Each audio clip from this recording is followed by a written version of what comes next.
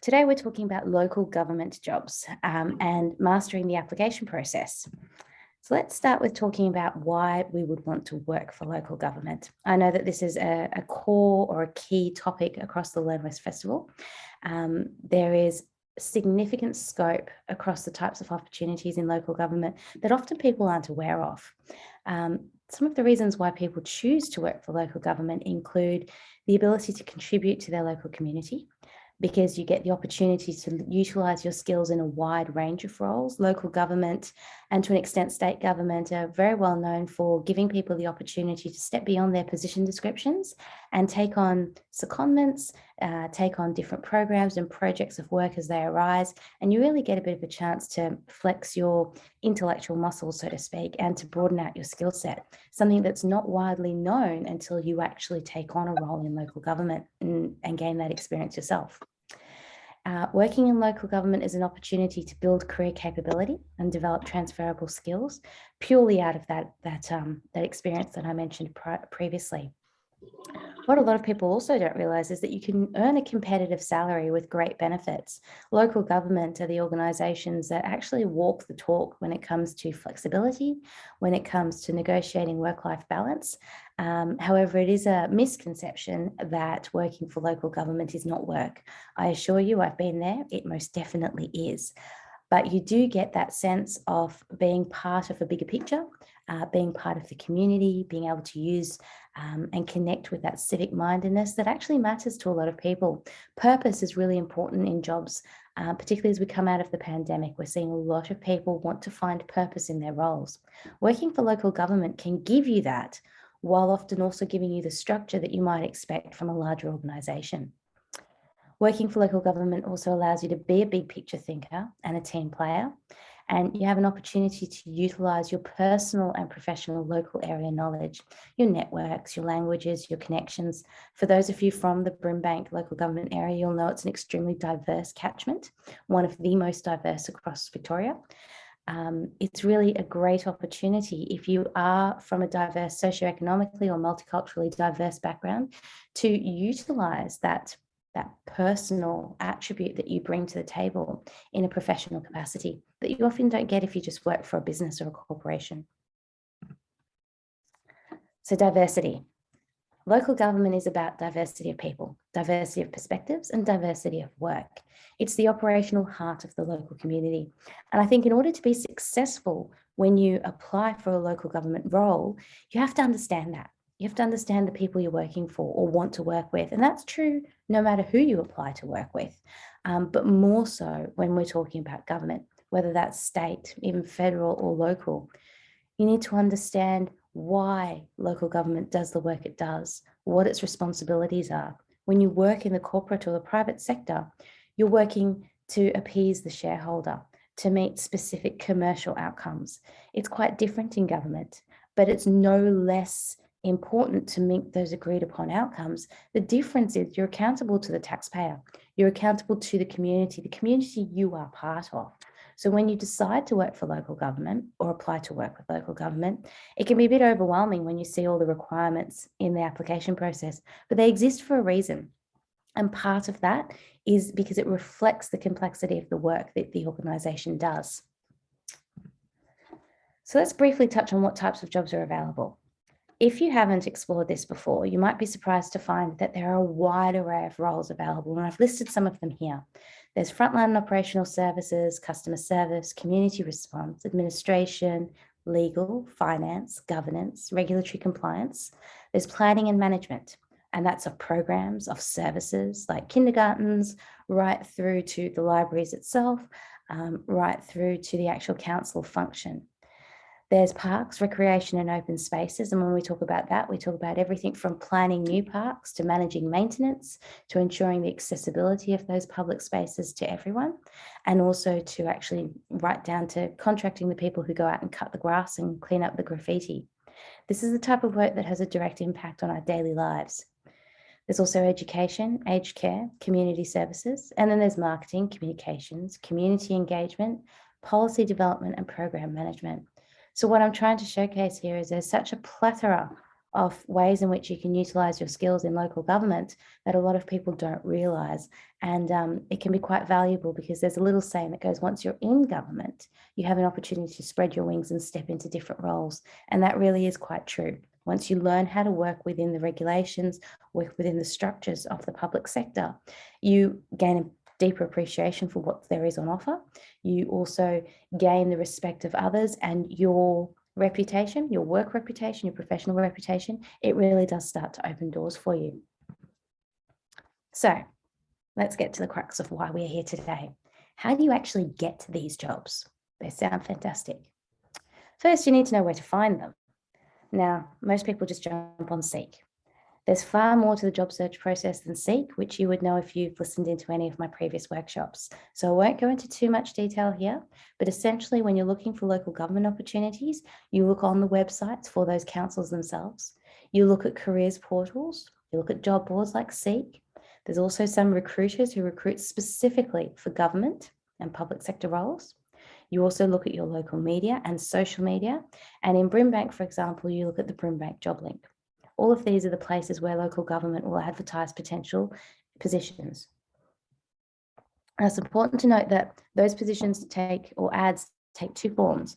One is the traditional job advertisement for a specific role that is available, permanent contract, casual, fixed term, etc. The other is that there is often an expression of interest available. Now, an expression of interest is when they open up a bank of roles in a specific space. So that could be policy development. Excuse me a moment. Dratted flu.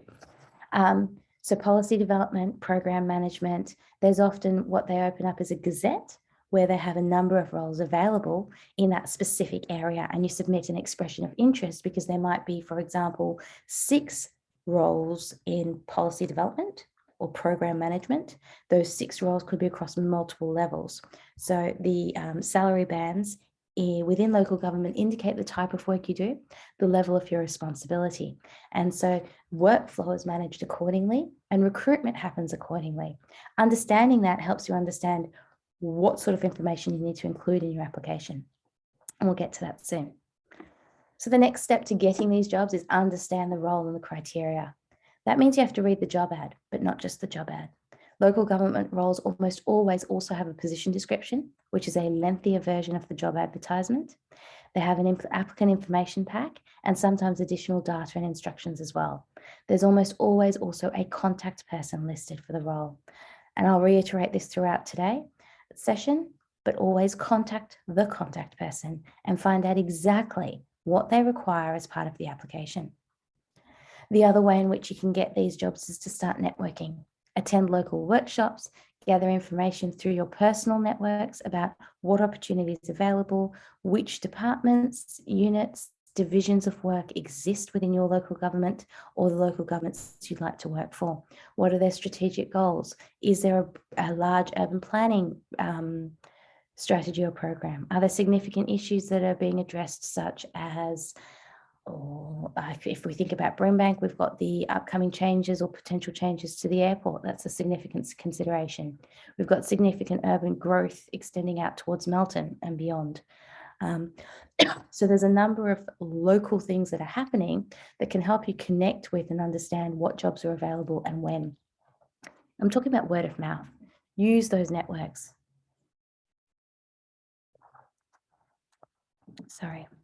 Then develop a competitive resume, a criteria response or a statement of claims, and/or your cover letter. Then, and we'll talk exactly about what that's required next. Then you also need to work on building your relevant skills, because what you'll start to find when you start searching for local government roles is that what you want to do isn't always what you have experience doing. Maybe you can do it, but you haven't done it yet. So just because your job search takes you to a specific role that you are eligible to apply for which you meet the criteria, that doesn't mean you should just focus on that one job. In order to successfully secure jobs in the public sector, you need to understand that your career is a journey. Your job search is an ongoing journey. It doesn't begin and end with, I need a job, I'm going to apply for this one and that's it. Keep your eyes open for what sits beyond the role that you're advertising, because career progression and career development is taken seriously in local government and state government. The opportunities exist, but you need to be aware of what they are. One of the common issues with local government roles is that people get into them and they become complacent, but they also become a little bit stale and a little bit, oh, I don't really like this anymore. I'm really bored, but they don't actively seek out the next role. So always keep your eyes open for what opportunities exist next. That's how you get great, career fulfilling, satisfying roles in local government. Okay, so I just dumped a whole heap of information on you. Let's go through that in a bit more detail. Firstly, those criteria responses. You need to accept local government applications. They are more complex and in-depth than your average job application. You need to understand the components of the job documentation and each document that you are required to produce and upload to the system as part of your application. In order to do that, you need to review not just the description and the information given to you, but ideally also the department and organisation overview. That's usually within the PD. But you can also then go, say, for example, there is a role within urban planning at Brimbank. Don't just look at the position description, which will give you a little blurb about the urban planning department.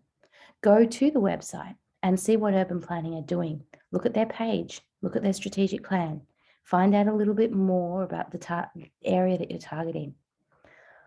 Also understand that within the position description, you have different areas or pieces of information. There's the role accountabilities, which is what you will do in this role. There is the essential criteria, which is what the candidate needs to show in order to be considered for an interview, and the organisational values. So not only with government roles, not only do you have to focus on your experience, your skills and your capabilities, but you actually also need to show those personal characteristics and attributes that make you someone who will be a good cultural fit for government. Now, by cultural fit, I don't mean that means that you speak Mandarin or Vietnamese. It doesn't mean that you can communicate in a culturally sensitive manner, although that is fantastic.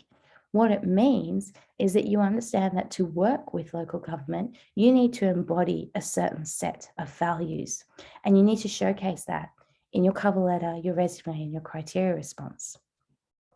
And I'll show you how shortly. It's also important at this point in time that you remember to always prepare the job application in the format requested. So if you come up with a job or you find a job and it tells you, please apply for this with a 2-page resume and a statement of claims that references your experience and capabilities and qualifications and how they make you a suitable candidate for the role, do exactly what you're told. You can add information. So for example, if you want to add in a cover letter to introduce yourself, you can do that, even if they don't ask for a cover letter. But always make sure you at least meet the criteria or the request that you are given. If you are asked to respond to 3 specific questions, which is often the case, you might be asked almost behavioral type questions, which are preemptive to the interview. It could be for an admin role. Give us some examples, provide an example of a time when you've set up a new administration system to manage or improve customer service outcomes.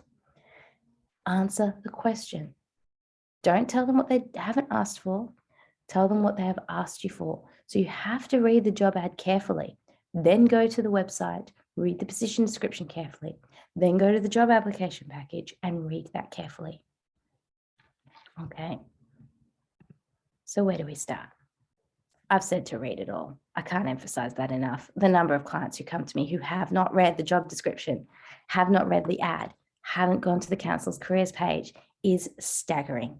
They will say, oh, we need a resume and a cover letter. They don't realize that they need a statement of claims or a criteria response.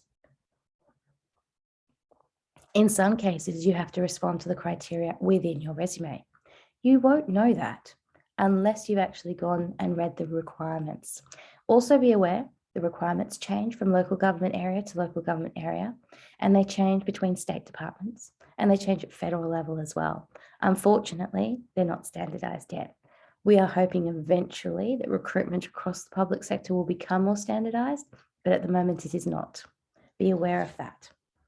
So determine what type of response to the criteria is required. Do you need individual criteria responses, or do you need to write a statement?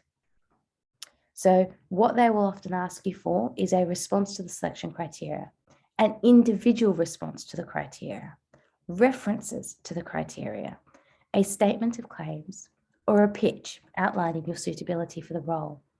Please note that particularly for responses, individual responses, statement of claims, and the pitch, those are separate documents that you are expected to prepare. You will include some of that information in your resume, but that's not where it will sit in its entirety. Okay. So what are selection or essential criteria? They are a detailed description of the essential requirements of the role. Why do they exist? Because it's how they evaluate that you're the right person, that you've got the right experience and skills. It also standardizes the application and selection process, and this is really important to understand. In local government or in government as a whole, validating the information, standardizing the way in which recruitment occurs, removing bias wherever possible is absolutely critical to the recruitment process. In order to do that, they need more information than you can give them in a resume and a cover letter. That's why the criteria exist. It's part of a larger HR matrix in order to assess your competency and your outcomes. And it's basically used to allow you to provide evidence. Sure, you might state in your CV that you've managed change across large organizations, but what does that mean for Brimbank Council if they want to apply for their recently advertised change manager role? They need to see evidence of that. You can provide that evidence through detailed explanations or case studies. That's what criteria responses are. So we address them to preempt the interview process. Don't be scared of repetition, okay? This is a validation process. You tell them the information they need to know about your experience, your professional history in multiple ways. You state it in your CV. You expand on it in your selection criteria responses, and you might expand on it further in the interview in and of itself. They're examples. You address selection criteria to provide examples, to provide a picture, a narrative, a story that explains why you can do what you say you can do.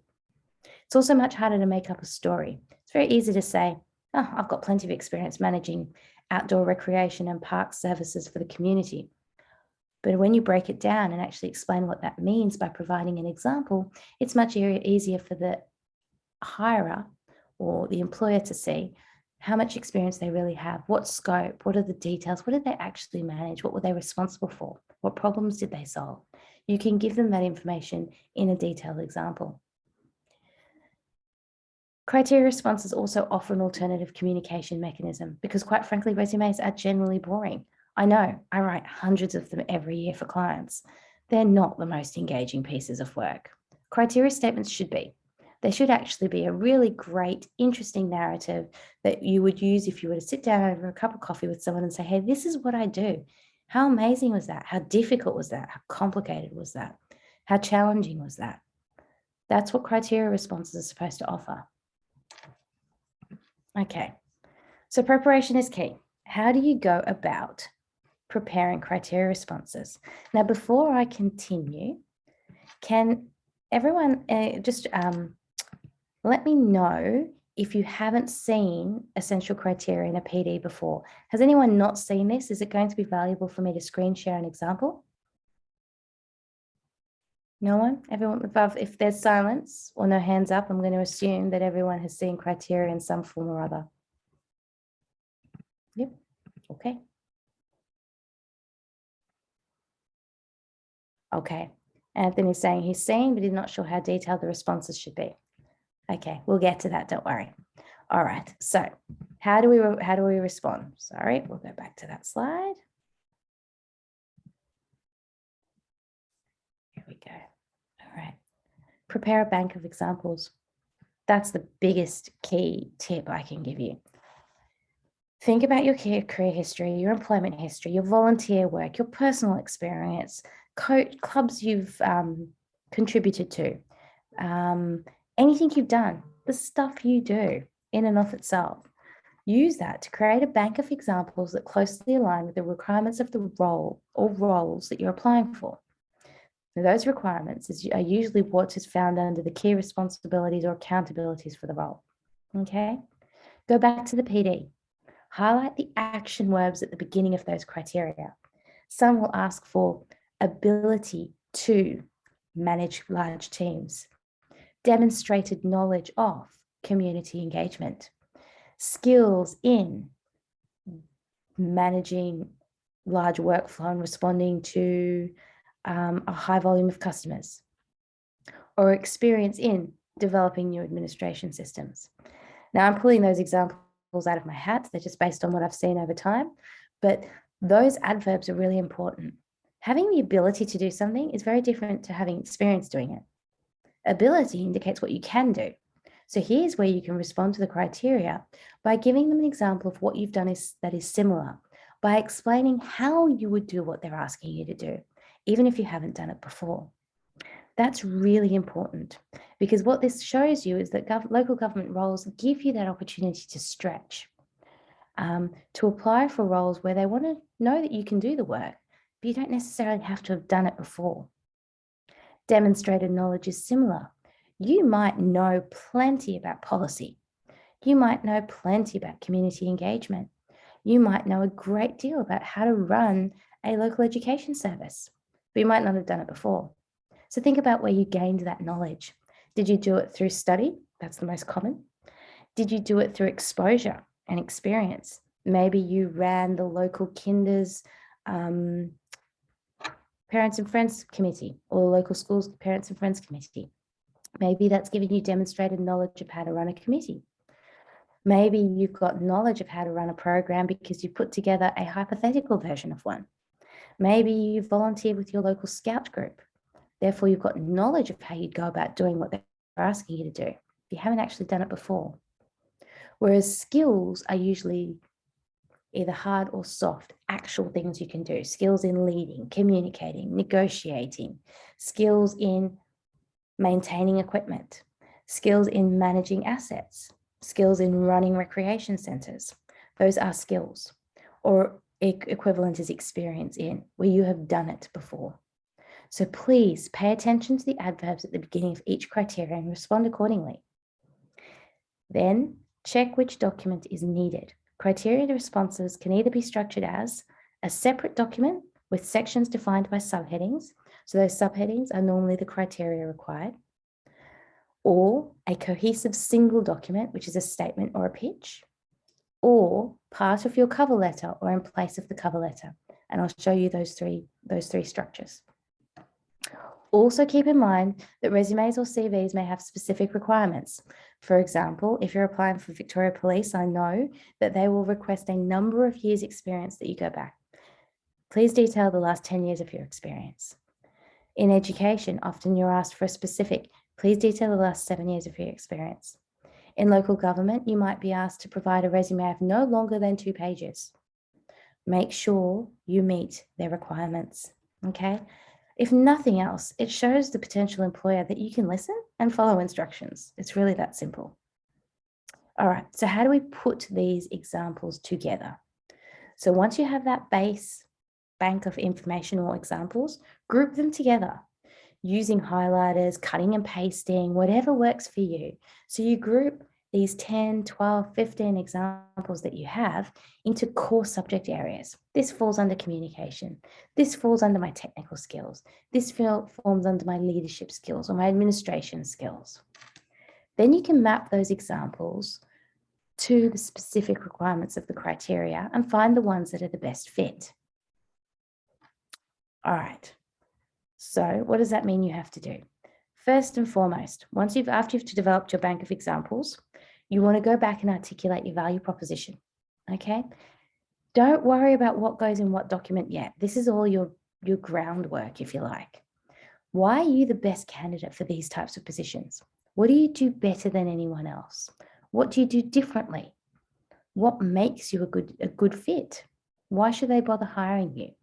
Imagine that you give yourself an opportunity to stand in front of the potential employer for 30 seconds and convince them you're the right person for the job. That's the information that goes into your value proposition. That value proposition you have to keep in mind across all the content you write. It goes at the top of your resume, and I'll show you that format in a moment. But you should also consider it when you're choosing which examples to use for your criteria responses. Okay, what shows my value proposition? Maybe your value proposition is that you've been out of the workforce for the last 2 years because you've been on carers leave or maternity leave, or you're changing careers, and that career break has offered something. Has it offered diversity of experience? Has it offered a different approach to the type of work that you might be doing? Have you gained exposure to something in the community that you otherwise wouldn't have had time to have exposure to? Did you volunteer in a specific space? Do you do your work a little differently to others? These are the types of things that go into the value proposition, and you need to then provide evidence of that. So your evidence is those examples, which will then go into your resume and your criteria response. So in the CV, you've got to capture your career history, your responsibilities, and your achievements. You've created that group of examples, and then you've ensured those examples are aligned with the criteria for the role. Then you look back at your requirements. Let's start with your resume. You need to create your resume in an ATS-friendly format. Now, ATS is Applicant Tracking Systems. I have an entire masterclass that I've delivered for Brimbank Libraries on ATS, and I'll show you guys, I'll send you guys the link if you like in the chat, or so Josephine can do that, and you'll find out all about what creating an ATS-friendly format looks like. It's not that scary, it's actually quite simple. Ensure you list everything that is relevant. Your employment history, your qualifications, your tickets, your licenses, certifications, community involvement, volunteer work, memberships to professional associations and clubs. And then consider, are you showing public sector values? So in all the information you brought together, your value proposition, your bank of examples, your resume, have you provided evidence that you work in accordance with the type of values that are listed in the position description for the local government you're targeting? Have you shown that in action? And I'll give you an example of what that looks like. So someone asked, how detailed do we get? Firstly, you've got to make sure you choose the right information, okay? For your resume, your criteria, and your cover letter. If you have public sector experience, make sure you showcase that you understand how government works. Use relevant terminology. And if you've worked in government, you know what that means. There's almost a whole new language called government speak. I talk about it. But if it's about reports, if it's about meeting service level agreements, for example, reference those terminologies when you talk about your experience. Reference projects, programs, policies that might be recognizable to your potential employer. And if you don't have public sector experience, look for examples of what you do know. Explain what you've done that is similar. For example, if you need to meet stringent SLAs for a local government role, maybe in a previous role, you've met specific KPIs. So I'll give you a practical example. If you are in a customer service role for Brimbank Council, you are expected to manage a specific volume of calls in a specific time with as few drop-offs as possible. Now that is, you have to do that in accordance with an SLA. Within government, often a department or a unit or a program or a team are assigned a specific target. That target may well be assigned as an SLA or a service level agreement. You have to provide a service to the organization. So you need to make sure it is no different from a KPI, but the terminology is different. So if you've worked in customer service or a call center, then you've probably done something similar, but used a different terminology. So be aware of that and show the similarity in your criteria response. Show governance and compliance. So if you don't know what governance is, look it up. That's probably my biggest tip. But also make sure that you show that you know how to work within specific frameworks where it is important to act with integrity, where it is important to meet specific requirements and regulations that exist for a far broader purpose than just your workflow. That could be recording things. It could be an accountability measure. It could be sign-offs and approvals. Consider if you can showcase community and civic mindedness. Can you show a time when you've contributed to the community and done something that's relevant to the role that you're targeting? So if it is a role about managing or coordinating work, maybe you've contributed to a local fete. Maybe you've assisted with a local program. Maybe you've just admired the way in which it's done and you've seen that's how it's done really well. So you can say, I've seen how this particular music festival was delivered and notice that the way in which to effectively engage the community was X, Y, and Z. I look forward to applying this in my role.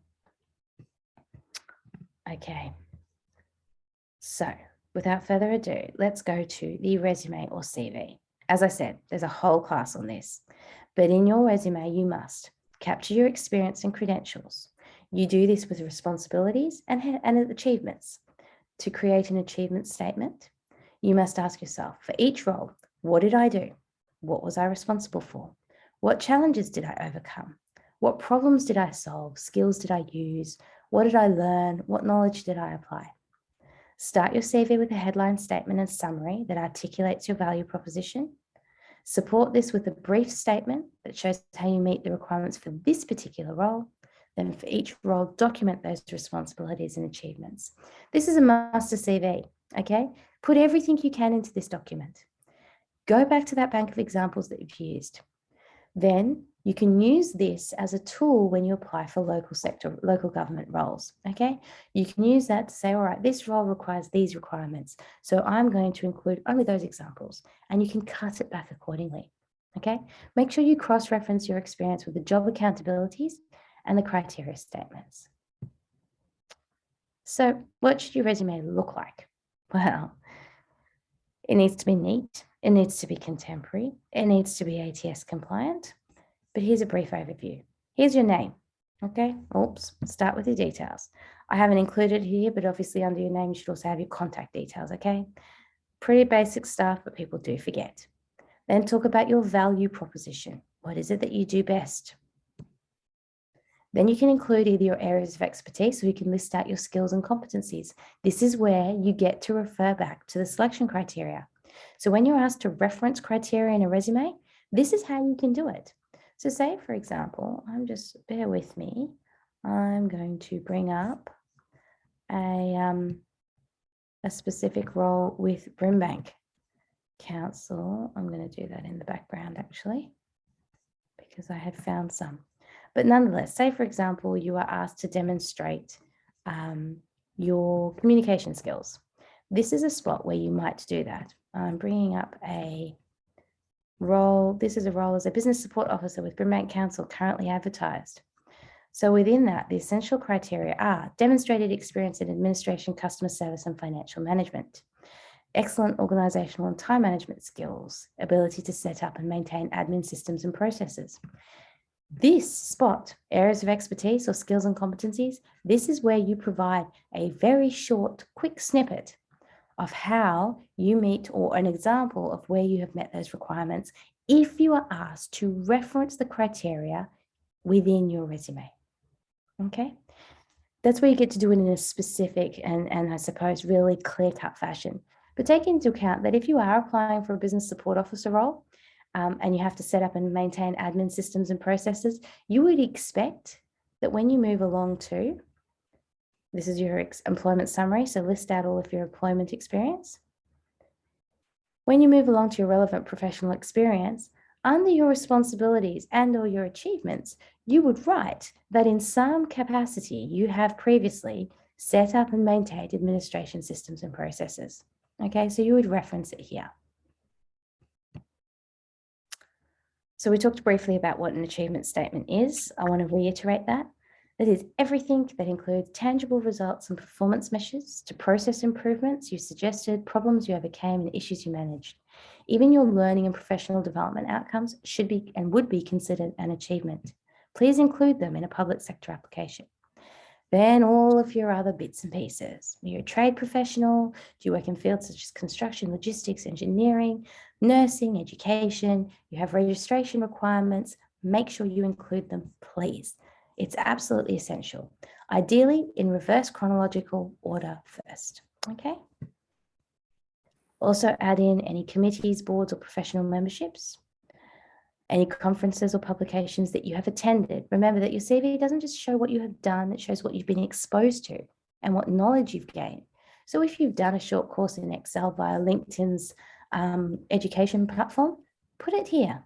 If you've attended a conference on social development and bridging the pay gap for gender equality, throw in that you've attended that seminar or that conference here, okay, even if it was online. And then for a public sector application, please, if at all possible, add in your community involvement. That includes participating in any local groups, in addition to well-known larger not-for-profits and organisations and charities.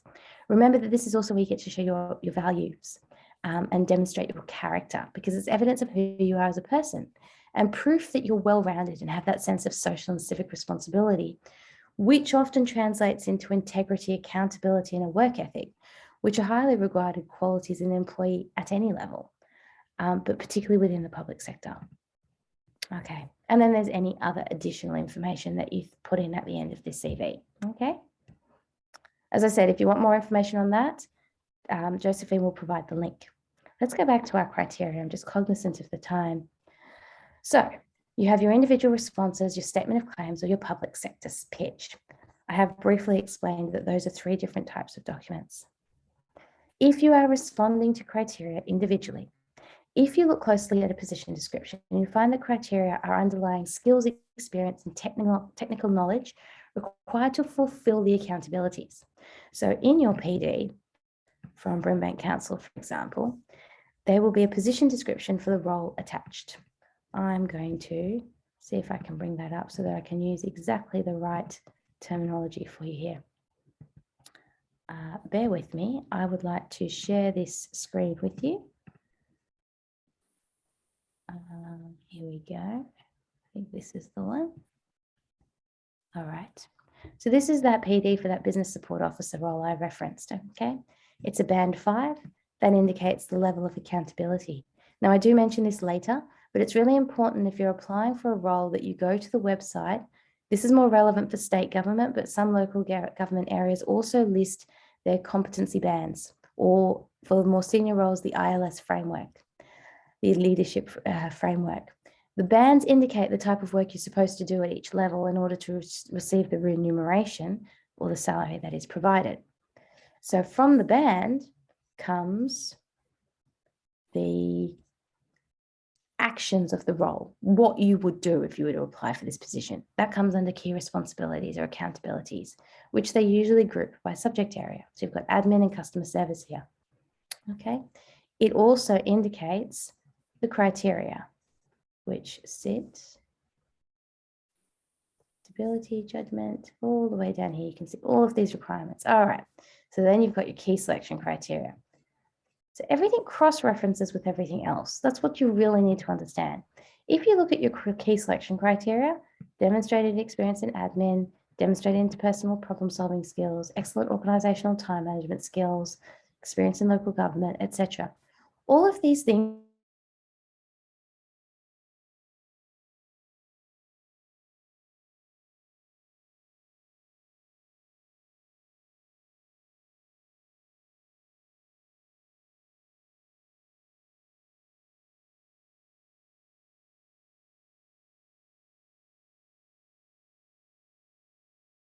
child safe. But by telling you they're child safe, the implication is that you will be aware of that and work accordingly. They're equal opportunity, health and safety commitments, risk management, managing information, legislative governance. So why do they include all of this stuff? They include it all because there's an expectation that these are the values that you will abide by as an employee. So if you can reference an example where you've managed administration or customer service, and if you can throw in the term risk management and how you've managed risk effectively in that example and cross-reference it that way, you're actually hitting all the target points across the application requirements. I know it sounds complicated, but it's actually just common sense. Okay? You just got to weave it all together into an example, and I'll show you how to do that. Okay, let me go back to my presentation. If there's any more questions on that, please let me know. Let's go back to sharing the presentation. Should be, sorry, bear with me. Now, oops, hang on just a second. All right. Is everyone seeing the presentation, or are they seeing the notes as well? Josephine, can you just let me know? Both. Okay. All right. Let's move back to here. My apologies. Here we go. You only need to see that. It's not my messy notes. All right. So how do we put together these examples?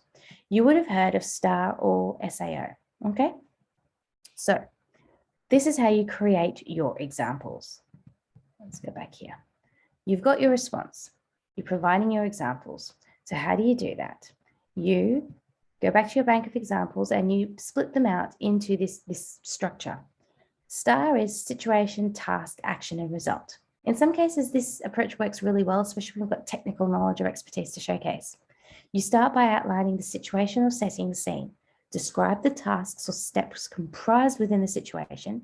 Explain the action you took as the applicant, and finish by articulating a clear outcome. The STAR methodology has lots of moving parts, and as a result, can make more complex examples very cumbersome and difficult to write in a concise manner. To address this, applicants can use the SAO approach instead: situation, action, and outcome. For each example, again, start by outlining the situation or setting the scene. Within the description, you should describe who's involved, what the problem, issue, or opportunity or project is, and follow up with an explanation of the actions you took to manage, resolve, or address the situation. It's really important to choose those action words carefully. Go back to the position description, go back to the criteria, go back to the accountabilities for the role. Align the words you use with those words. For example, if a key requirement involves coordinating projects, describe a situation where you coordinated projects, even if it was actually you coordinated teams or you coordinated workflow. If you don't have an example where you coordinated projects, adapt your terminology accordingly. Okay, so if the role requires the ability to lead teams, use an example that demonstrates your leadership abilities using words such as leading and managing rather than coordinating and supporting. And then last but not least, articulate the results of your actions. What did you deliver, resolve, manage, pursue, address, identify, achieve, win, secure, support, assist with, or improve? Remember that an outcome doesn't always have to be clear-cut, doesn't always have to be quantifiable, although it's great when you can provide a measurable outcome. It's most important that you demonstrate the impact of your actions, okay? Show them how you worked and what the result was. In the resume, you can talk about what you did, okay? I managed a program of work for 300 applicants to 300 tenders for creating a new park and recreation space. Okay, again, I'm pulling it out of my hat. That's what you did. You might have done it within 6 months, or you did it in a manner that was really cost effective. But in your key selection criteria, you get to delve into that more deeply. You can actually explain how you did the work you did and exactly what the outcome was and why that was important. Okay. So how exactly do you structure this? Someone asked, how detailed do we go? All right. So this is how I structure an individual response. You start with an overview, a single sentence response or introduction. I can do this. This is my approach to it, or this is a summary of my experience. Managing complex workflow, engaging with diverse stakeholders, leading projects, whatever the essential criteria requirement is, turn it into an action and reference it or paraphrase it. I call this the theory, okay? I communicate really effectively over the course of my career with people from diverse backgrounds, including customers, suppliers, etc., from diverse backgrounds or something along those lines. Give them some theory. I do this by employing emotional intelligence, recognizing and referencing and adapting to their communication styles, etc. Then you provide examples. Where have I done this? Here's an example of where I've done this before, or this is what I know, or what I can do. The example should outline the situation, actions, and outcomes. If there is a requirement around word limits, then you should take that into account. So for local government, often that's an expectation of about 200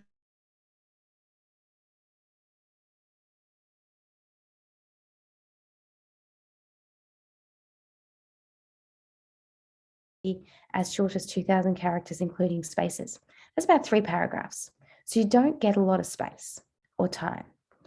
Even if you do, so if they say a limit of 3 pages, for example, you might include up to 3 examples. So the general rule of thumb is for each essential criteria that you respond to, provide at least 1 and up to 3 examples to provide evidence of your ability to do what is requested. Then you close it out with a summary statement where you go back to the beginning, rephrase the criteria as a question or as an action, and answer it succinctly. So when this is how I communicate effectively and with diverse groups. And this is where you can also, if you're only using one example, this is where you can briefly mention a number. I've also done this on a number of other occasions. In this role where I did this, in my prior role in 2017, where I managed a team of education providers. I also utilized similar skills in this example, this example, this example, and you literally just give 3 sentences, okay? So this is how you can keep it succinct while also providing the detail required. Okay, so here is an example, okay? I was asked to prepare some examples based on this criteria requirement from a role that Brimbank advertised for, I believe it was an Aboriginal Affairs officer last year, okay? These were the criteria. Different to the position description I showed you previously. Keep that in mind. The criteria are often presented differently, so you can respond differently. Hopefully, it is very rare that you will now be asked to respond to this many different criteria individually, but I'll explain that more in a minute. Instead, you would pull it together in a statement of claims.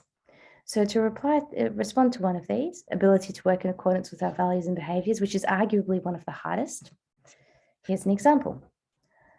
And you guys can read that for yourselves, and I'm going to take one moment's breath.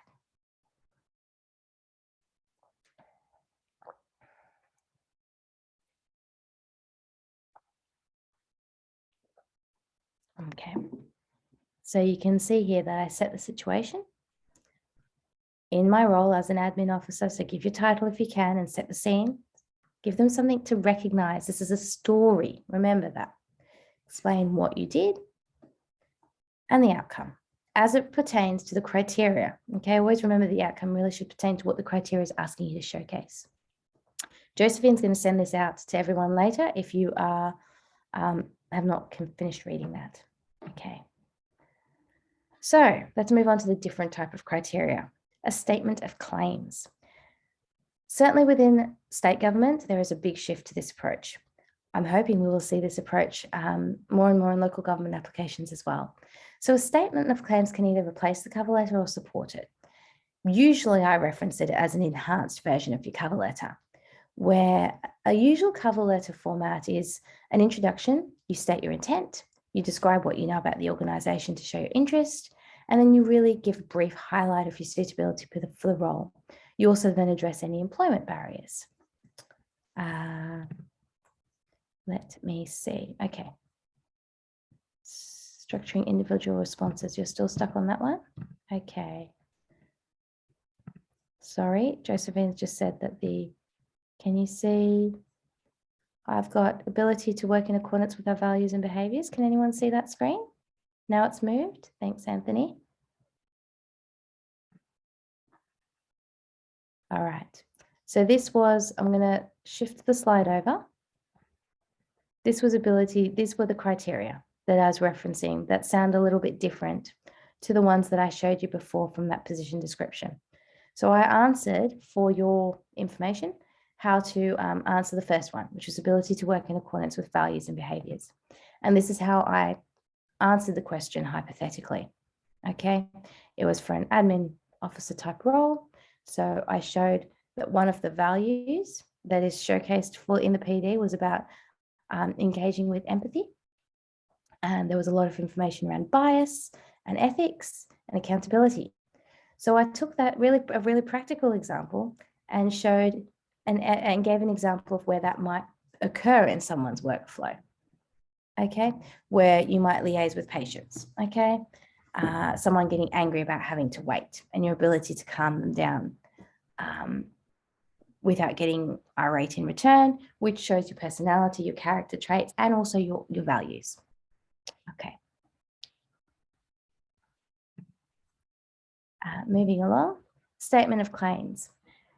If you do have to leave early, guys, Josephine will send out a recording of this so that you don't miss anything, because the statement of claims is quite important. Now, no, Adriana, you ask if we need to write the situation, action, outcome, and subheadings. No, you don't. Okay, this is a cohesive statement, whether it's in individual responses or it is a statement of claims. It should be inherent this informs what you do. It's the skeleton that sits behind the story that you give them, okay? As you'll see, if I go back to that, yes, so I've shown that in green, but you wouldn't include that. So imagine you just got rid of that and you got rid of the example. You just had the subheading, ability to work in accordance with our values and behaviors. And then you would jump into, you probably give a little bit of intro. I value working with organizations that practice empathy and believe in ethics and engage in equal opportunity. Give them a little spiel that aligns with the values. Go back to the PD, repeat it back to them in your own words, okay? Then you give them, here's an example of where I've done, of this in practice. I've done it many times before, right across my career. Here's one example that really showcases that from my most recent role as an admin officer at Taylor's Lakes Medical Centre. And then you go into it, okay? You don't need the situation, action, or the outcome. You just use it as paragraphs. Okay. Now with the statement of claims, you don't even do that, okay? Statement of claims is where you take all of these, going back to, sorry, I want to go back to all of these, and very often you'll combine them. So you'll see that, for example, providing customer service also involves effective communication skills. It might also involve having good IT skills. So if you'll often find that criteria or essential criteria can be grouped. When you prepare a statement of claims, please group them. What you want to do is you want to come up with 3 key examples that you can map to all the criteria. That's really what you want to do in a statement of claims, cutting right to the point.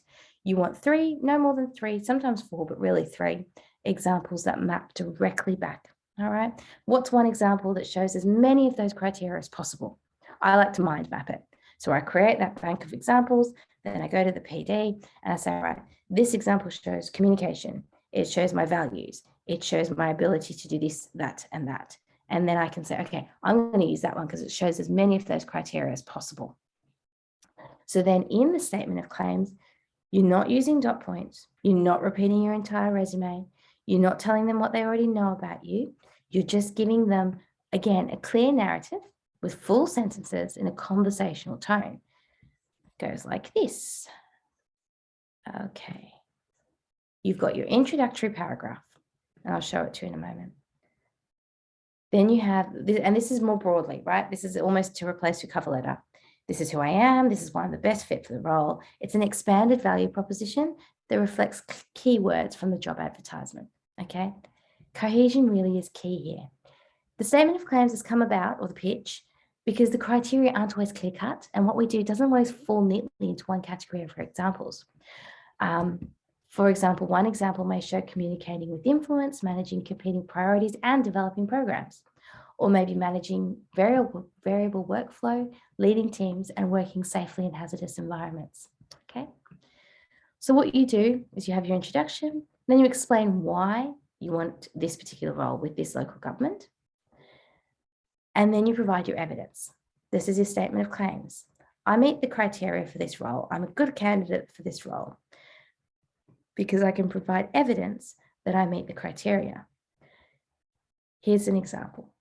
And then you give them these 3 examples. There's a broad summary of their experience, and then the grouping criteria for the role, detail up to 3 examples that showcase it. Then wrap up the statement of claims by mentioning in brief up to 3 more examples. Again, 1 sentence only. I've also done this in this role, this role, and this role. Or I've also done this when managing this program, when contributing to this work, while working as a customer service representative for Telstra, whatever it might be. You can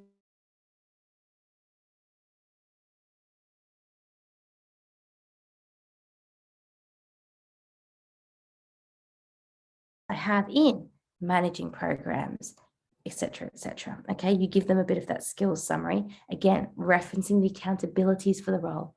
So you've referenced the criteria when you provide your example. You can reference the accountabilities as well in your summary. Here is a template that I often provide clients, okay, where I break up the statement of claims into sections. Section 1 is your formalities. This is who I am. This is what I have to offer. This is why I'm applying for this particular role. Section 2 is your intent motivation. You can emphasize that if you do not have a cover letter, or if the statement of claims often asks you to state your intent. Explain your motivations, it often says, for applying for this role, and how your skills and capabilities make you a suitable candidate. It's a really common way it's phrased. So you make sure that you say why you're applying for this particular role with this organisation or department. So, for example, if it's Brimbank Libraries, you'd say that you've attended numerous workshops facilitated by Josephine, and you've taken your kids to story time, and you think it's a valuable community resource, and you'd love to be a part of it because of that. Reference, but don't repeat. Okay. So once you've prepared your resume, oh, sorry, I might have missed something there. Okay. Addressing your specific criteria. So here's where you address the criteria in the statement of claims. Read the job ad closely, look at the criteria, group them together. I have considerable experience in, and you describe the capabilities or competencies. Okay. Reference the criteria in the PD, as evidenced by my experience in A, B, and C. For example, in this role, at this time, I did this with these people. This is the action I took and the outcome of the result. Okay, keep in mind that these examples are often problems you overcame. Problems you overcame or solved, specific projects, delegations you're responsible for, etc. Again, look at the accountabilities and look for similarities in your experience and provide that as an example. Okay. Then you have your summary statement or your closing statement, and you say, thank you for your time. And that's it. Okay. So I always recommend that clients capture achievement statements structured like shortened criteria responses, as I mentioned previously. An achievement bullet point in your resume should outline the situation, the action you took, and the result. But the structure might be what you did and the outcome in a primary bullet point, followed by a subpoint that details how you did it. So that's in the achievements in your resume. So you don't feel that you're repeating yourself. So when you're applying for a role where you're using that example in the criteria, you can remove the subpoint of how you did that particular piece of work. Just reference it. You can talk about the how in greater detail in the criteria response, okay? When you're applying for a public sector role and you only have limited examples, shorten your achievement statements in your resume to allow you to expand on the how, the actions, your knowledge, and your capabilities in the criteria response. Okay.